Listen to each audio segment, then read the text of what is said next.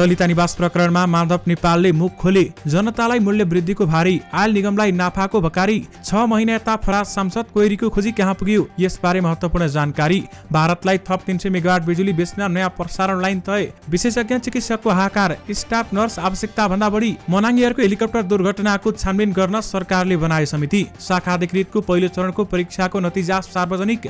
Manpower व्यवसायलाई प्रधानमन्त्री प्रचण्डले भने सेवा शुल्क बढाउनु पर्यो। 6 महिनाको अन्तरमा 2 पाइलट गुमायो रूपाले। स्कुलबाट बच्चा लिएर आउने महिलाको सिक्री लुट्ने गिरोह पक्राउ। यो सरकारको तागत नै झुट बोल्नु हो भन्दै नेकपा एमालेका अध्यक्ष केपी ओलीको भनाई। अनुभवी पाइलट गुरुङले उडाएका थिए हेलिकप्टर, यात्रु सबै मेक्सिकन। सामाजिक सञ्जाल बारेमा दयाङ राई र दीपक राजगिरी भन्छन् सत्य नजाँची लेख्ने बोल्ने क्रम बढ्यो।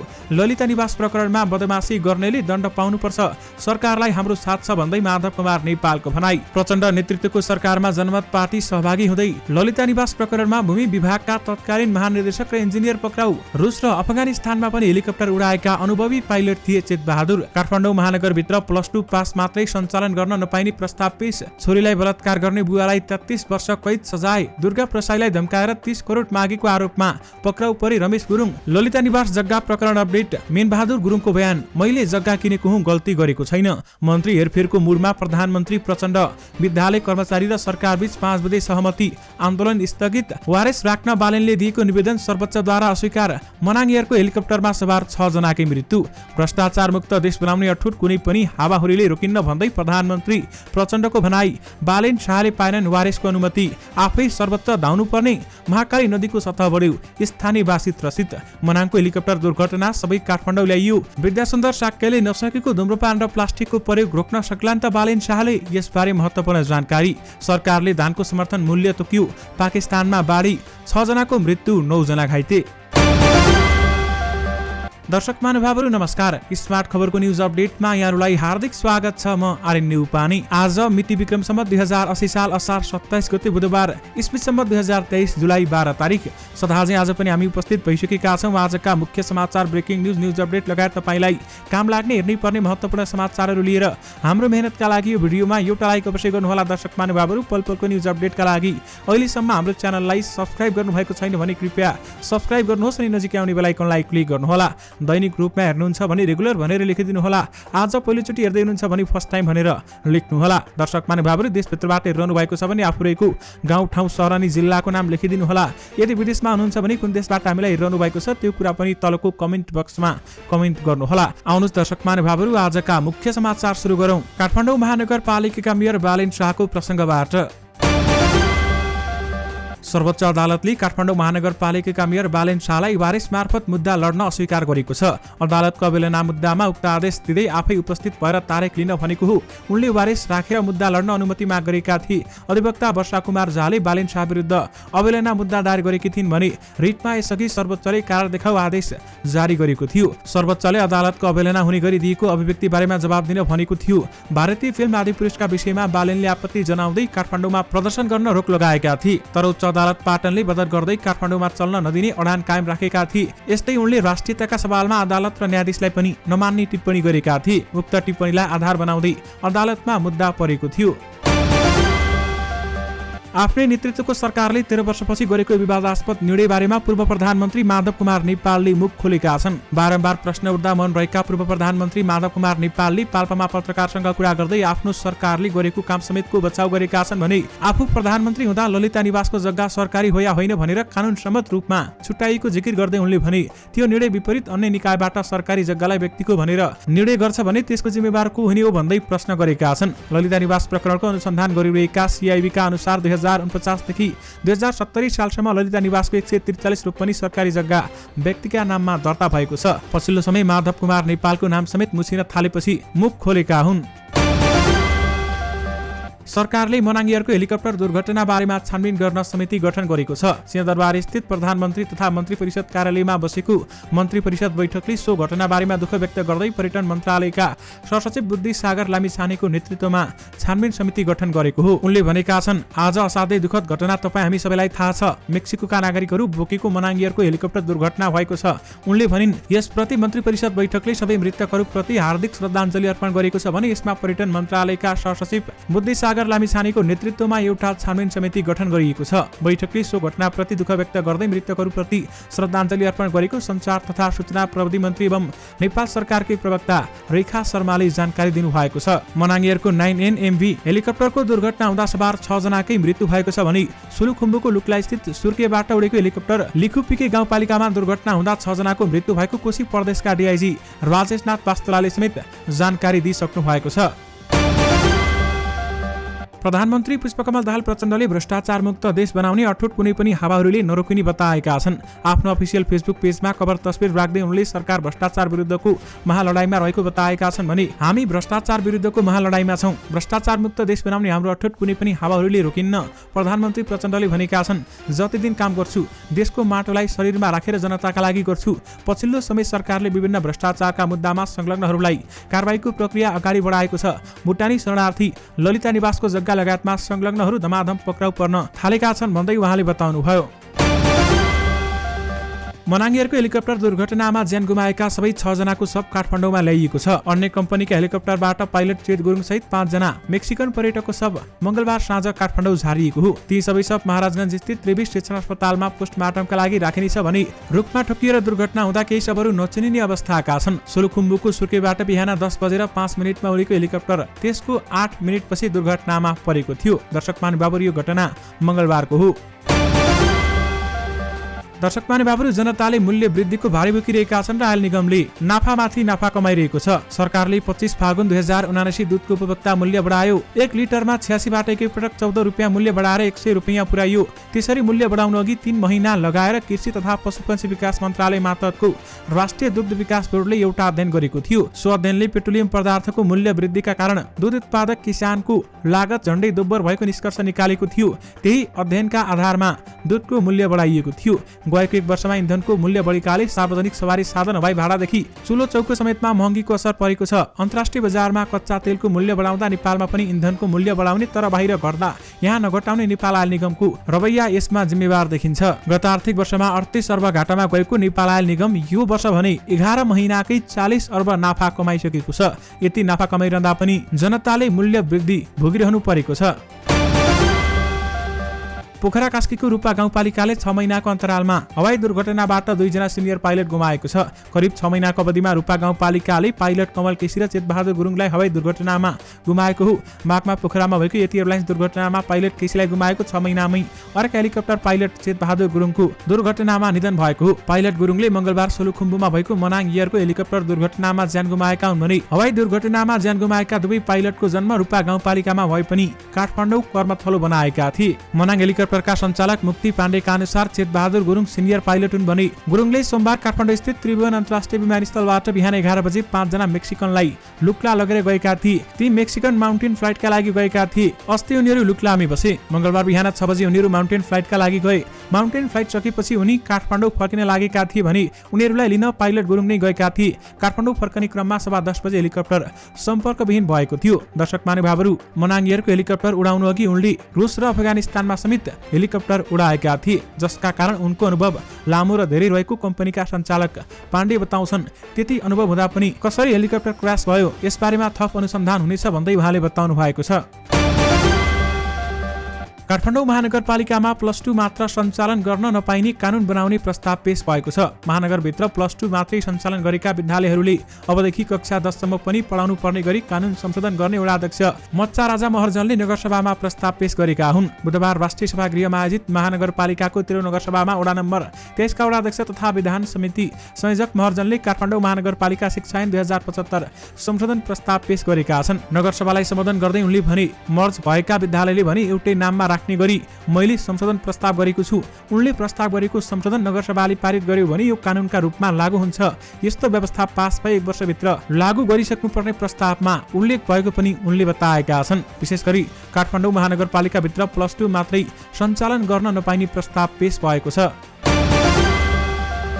मेडिकल व्यवसायी दुर्गा प्रसाईलाई धम्काएर 30 करोड माग गरेको आरोपमा एकजना पुरुष पक्राउ परेका छन्। केन्द्रीय अनुसन्धान ब्युरोले मंगलबार महाराजगञ्जबाट रमेश गुरुङलाई पक्राउ गरेको एसपी सञ्जय सिंह थापाले जानकारी दिनुभएको छ। उनले केही दिनअघि प्रसाईलाई फोन गरी 30 करोड रुपियाँ माग गरेका थिए, तर बार्गेनिङ गर्दा 5 करोडसम्मको डिल भइसकेको थियो। रकम नदिए जान मार्ने धम्की समेत दिएको प्रसाईको आरोप रहेको छ। यसरी पैसा माग गरेको भन्ने खबर पाएपछि केही दिनअघि सिआइबीले उनको खोजी गरिरहेको थियो। त्यही क्रममा महाराजगञ्जमा उनी फेला परेका हुन्।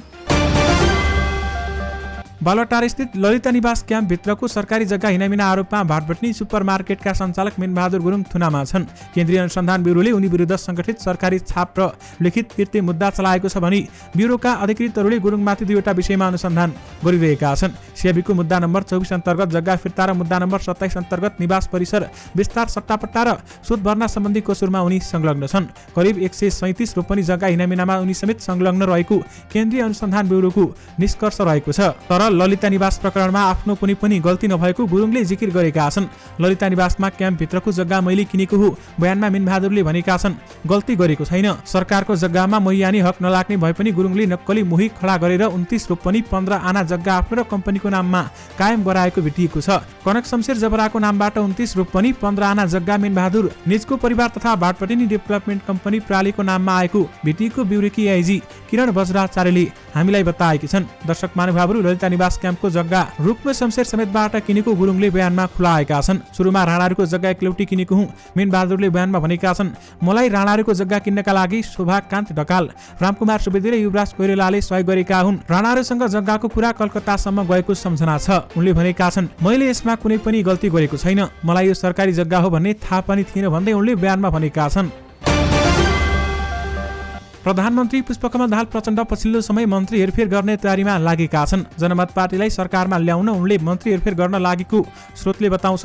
जनमत पार्टीलाई एउटा मन्त्रालय दिने तयारी छ। उनले विकास मन्त्रालय माग गरिरहेको बताइएको छ भने प्रधानमन्त्री प्रचण्डले जनमत पार्टीलाई सरकारमा सहभागी गराउने प्रतिबद्धता जनाइसकेका छन्। तर कसलाई हटाएर जनमतलाई सामेल अथवा सरकारमा सामेल गराउने भन्ने अप्ठ्यारो भएपछि आफ्नो पार्टीले पाएको मन्त्रालय हेरफेर गरेर केहीलाई राख्ने केहीलाई हटाउने सोचमा उनी पुगेको स्रोतको भनाइ छ। उपप्रधान तथा गृहमन्त्री नारायण काजी श्रेष्ठ बाहेक अन्य मन्त्रीको कार्य सन्तोषजनक नभएको गुनासो आइरहेका बेलामा भने केही मन्त्रीलाई हटाएर नयाँलाई जिम्मेवारी दिने गरी छलफल भइरहेको स्रोतको दाबी छ। उपमहासचिव वर्षमान पुन लगायत सरकारमा जाने चर्चामा छ। त्यसमध्ये उपमहासचिव पुनलाई सरकारमा ल्याउने मनस्थितिमा प्रधानमन्त्री प्रचण्ड पनि रहेको बताइन्छ। यसअघि पनि प्रधानमन्त्री प्रचण्डले वर्षमानलाई सरकारमा ल्याउन चाहेका थिए, तर उनले रवि लामिछाने उपप्रधानमन्त्री भएको सरकारमा आफू सहभागी नहुने बताएका थिए। अहिले रवि लामिछाने सरकारमा छैनन्। सरकारको कामलाई परिणाममा पुर्याउन मन्त्री चाहिएको भन्दै वर्षमान पुनलाई प्रधानमन्त्री प्रचण्डले मन्त्री बनाउन चाहेको स्रोतको दाबी छ। तर नेता पुनका स्वकीय सचिव सन्तोष पुनले वर्षमान पुन सरकारमा जाने मनस्थितिमा नरहेको बताएका छन् भने यदि प्रधानमन्त्री प्रचण्डले आउनै पर्छ भनेको खण्डमा त्यसका बारेमा सोच्न सकिने अवस्था रहेको उनले बताएका छन्। आफ्नो पार्टीका केही मन्त्रीहरूलाई हटाएर आफू मन्त्री बन्ने चाहना वर्षमानको नरहेको सन्तोषले प्रश्न पारेका छन्। विशेष गरी मन्त्री हेरफेरको मुडमा प्रधानमन्त्री प्रचण्ड रहेका छन्। विद्यालय कर्मचारी र सरकारबीच सहमति भएको छ। सहमति भएसँगै आन्दोलन गर्दै विद्यालय कर्मचारीहरूले आन्दोलन कार्यक्रम फिर्ता लिएका छन्। विद्यालय कर्मचारीहरूले उठान गर्दै आएका 5 बुँदे माग सम्बोधन गर्ने विषयमा सहमति भएको भने शिक्षा विज्ञान तथा प्रविधि मन्त्रालयले उनीहरूले उठान गरेका मागहरू सम्बोधन गर्ने गरी सहमति गरेको नेपाल विद्यालय कर्मचारी परिषदले जनाएको छ। सहमति अनुसार माग पुर्याउन अथवा माग पुरा गराउन अर्थ मन्त्रालयलाई लेखी पठाउने समेत निर्णय गरिएको छ भने सहमति अनुसार विद्यालय कर्मचारीको तलबमान कायम गर्ने विद्यालयलाई सँगै शिक्षा ऐनमा समावेश गरिने भएको छ। विद्यालय कर्मचारी परिषदका अध्यक्ष गंगाराम तिवारीले ऐन निर्माणका लागि सरकारले संघीय संसदको अधिवेशनमा पेश गर्ने र ऐनमै तलबमान उल्लेख गर्ने सहमति भएको छ। तलबमान तय गर्दा लेखापाललाई खरिदार सरह र कार्यालयलाई सहायकलाई श्रेणीहीन सरहको सुविधा उल्लेख गर्ने सहमति भएको उनको भनाइ छ। उक्त सहमतिको प्रतिवेदन वार्ता समितिले शिक्षा मन्त्री अशोक कुमार राईलाई बुझाएको छ भने शिक्षा मन्त्रालयले सो प्रतिवेदनका आधारमा अर्थ मन्त्रालयलाई सिफारिस गर्ने उहाँको भनाइ रहेको छ। विशेष गरी विद्यालय कर्मचारी र सरकारबीच 5 बुँदे सहमति भएको छ भने आन्दोलन अहिलेलाई स्थगित गरिएको छ। काठमाडौँ महानगरपालिकाले साउन 1 गतेदेखि महानगरका सार्वजनिक स्थानमा धुम्रपान र मद्यपान गर्न नपाइने निर्णय गरेको छ। महानगरपालिकाले पहिलो चरणमा बानेश्वर क्षेत्रबाट निषेधको काम सुरु गर्ने र यसलाई क्रमिक रूपमा 32 वटामा विस्तार गर्ने तयारी रहेको जनाएको छ। यो अभियान महानगर र बानेश्वर व्यापार संघकाले संयुक्त रूपमा गर्न लागेका हुन् भने यसैगरी महानगरले साउन 1 गतेदेखि नै एकल प्रयोगको प्लास्टिकलाई निषेध गर्ने निर्णय गरेको छ। तर यी दुईवटै योजना कार्यान्वयनमा ल्याउन भने चुनौतीपूर्ण छ। तत्कालीन महानगरपालिकाका प्रमुख विद्यासुन्दर साक्यले पनि यी दुईवटै योजना ल्याए पनि कार्यान्वयनमा ल्याउन भने सकेनन्। काठमाडौँ महानगरले 2074 फागुन 11 गते महानगरपालिकालाई धुम्रपान तथा सुर्तीजन्य पदार्थ मुक्त शहर घोषणा गरेको थियो। यद्यपि अहिले भने बालेन शाहले के गर्न सक्छन् अथवा के गर्न सकिन्छ भनेर काम गरिरहेका छन्। यद्यपि विद्यासुन्दर साक्यले नसकेको धुम्रपान र प्लास्टिकको प्रयोग के बालेन शाहले रोक्न सक्लान् त? यसबारेमा तपाईँको धारणा के छ? हामीलाई यो भिडियोको कमेन्ट बक्स मार्फत बताउनु भने नबिर्सनुहोला। सरकारले आज धानको समर्थन मूल्य तोकेको छ। आज बसेको मन्त्री परिषद बैठकले मोटा धानको प्रति क्विन्टल 3198 र मध्य धानको प्रति क्विन्टल 3662 रुपियाँ मूल्य पनि तोकेको छ भने सूचना तथा सञ्चार मन्त्री एवं सरकारकी प्रवक्ता रेखा शर्माले उक्त जानकारी दिएकी हुन् भने मन्त्री शर्माले यो मूल्य पहिले भन्दा 250 रुपियाँले बढी भएको उल्लेख गरेकी छन्। त्यसैगरी अनुचित लेनदेन मिटर ब्याज सम्बन्धी जाँचबुझ आयोगको म्याद 3 महिना थप गर्ने निर्णय गरिएको छ। संघीय निजामती सेवा ऐन अनुसार वरियताको आधारमा लक्ष्मी कुमारी बस्नेत सचिव पदमा बढुवा भएकी छन्।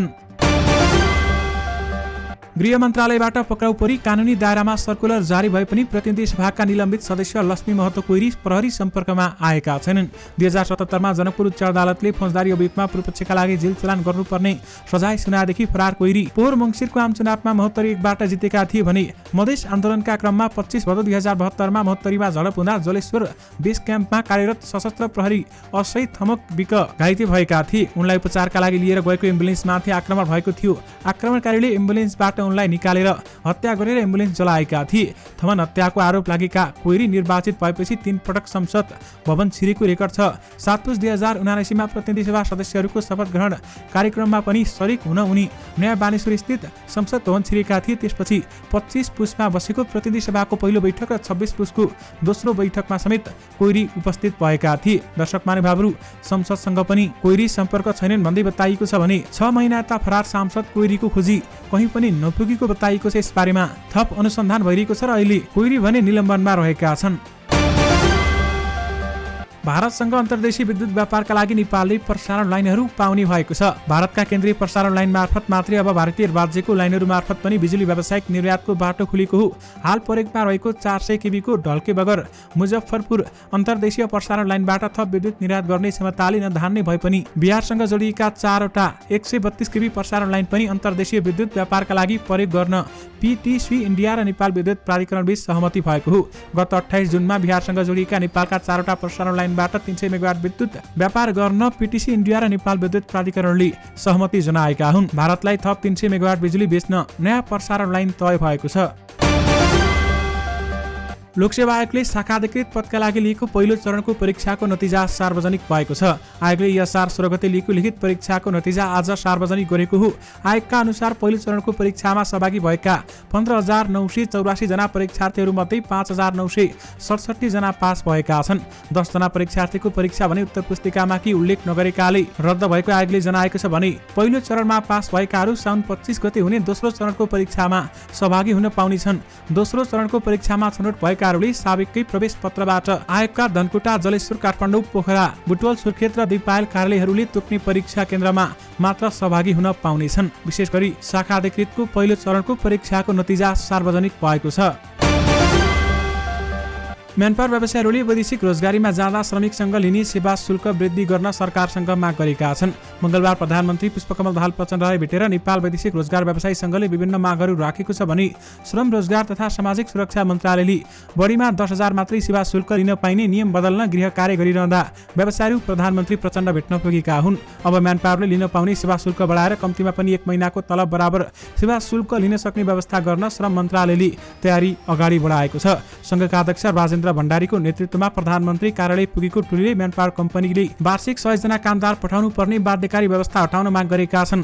वैदेशिक रोजगार ऐन अनुसार आगामी 31 असारसम्ममा सरकारले बाधा अड्काउ फुकाउको निर्णय नगरेमा करिब 200 वटा म्यानपावर कम्पनी लगातार 2 वर्षसम्म 100 जना पनि श्रमिक नपठाउने सूचीमा पर्नेछन्। यसलाई रोक्न माग गर्दै व्यवसायीहरूले मन्त्री परिषदबाट अघिल्लो 2 वर्षमा जस्तै बाधा अड्काउ फुकाउको निर्णय गर्न माग गरेका छन्।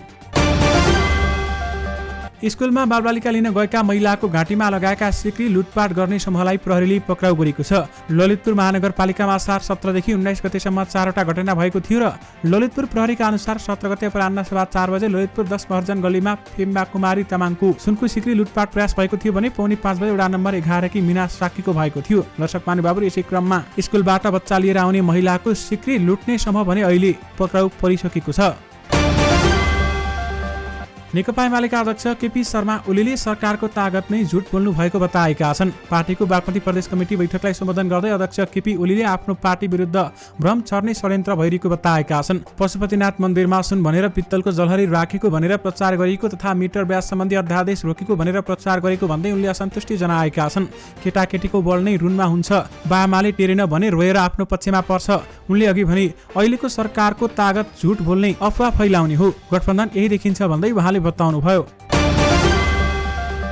पल शाहले एक टेलिभिजनमा दिएको अन्तर्वार्ता र त्यसबाट सिर्जित विवादितलाई लक्षित गर्दै अभिनेता दीपकराज गिरीले मंगलबार फेसबुकमा लेखेका थिए, हिजो तिमीलाई भगवान बनाएको पनि देखियो, आज हेर्दा हेर्दै राक्षस भयो साथी, त्यसैले विश्वास छैन मलाई यो फेसबुके गाली र प्रशंसकमाथि।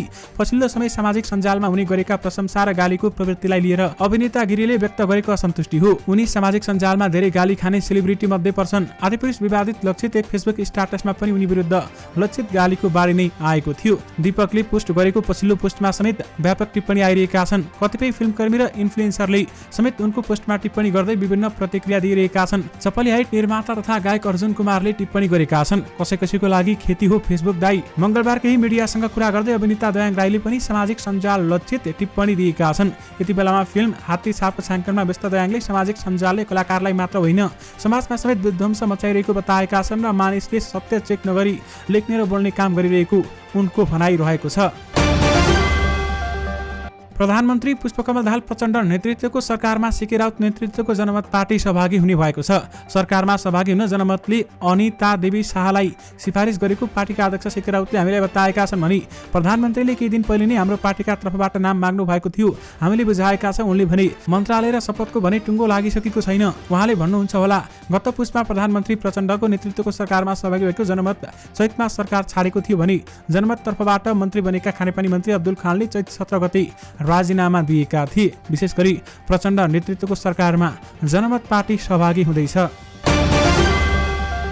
ललिता निवास जग्गा प्रकरणमा थप 2 जना पक्राउ परेका छन्। केन्द्रीय अनुसन्धान ब्युरो सीआईबीले मंगलबार साँझ थप 2 जनालाई पक्राउ गरेको एसएसपी दिनेश आचार्यले जानकारी दिनुभयो। भौतिक योजना मन्त्रालयका तत्कालीन senior division engineer Balkrishna Shrestha र भूमि व्यवस्था विभागका तत्कालीन महानिर्देशक रुद्र प्रसाद श्रेष्ठ पक्राउ परेका हुन्। यो सँगै पक्राउ पर्नेको संख्या 16 पुगेको छ। मंगलबार बिहान मात्रै पनि 2 जनालाई पक्राउ गरिएको थियो। तत्कालीन मालपोत कार्यालयका नायब सुब्बा युवराज पौडेल र खरिदार नारायण दास मिश्र पक्राउ परेका थिए। उनीहरूसँगै प्रहरीले अहिलेसम्म 16 जनालाई पक्राउ गरेको छ।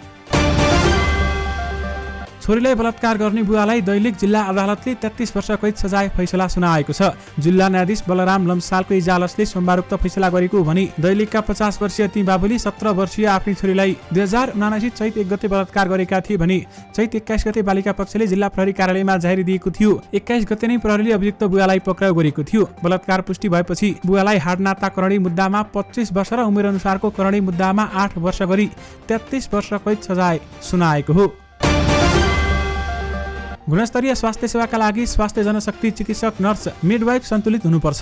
स्वास्थ्यका लागि मानव स्रोत सम्बन्धी विश्वव्यापी रणनीति जनशक्ति 2030 अनुसार प्रति 1000 जनसङ्ख्यामा स्वास्थ्य जनशक्तिको अनुपात 4.45 हुनुपर्छ। नेपालले यो अनुपात भेट्टाएको छैन। भएको जनशक्तिमा पनि चिकित्सकको चर्को अभाव छ भने नर्सको संख्या आवश्यकता भन्दा बढी देखिएको छ। चिकित्सा शिक्षा आयोगले आर्थिक वर्ष 2077-78 लाई आधार मानेर नेपाल स्वास्थ्य जनशक्ति प्रक्षेपण 2079-87 गरेको छ भने जसमा उपलब्ध र चाहिने स्वास्थ्य जनशक्तिको आकलन गरिएको छ। विशेषज्ञ चिकित्सकहरूको हाहाकार रहेको छ भने स्टाफ नर्स आवश्यकता भन्दा बढी रहेको बताइएको छ।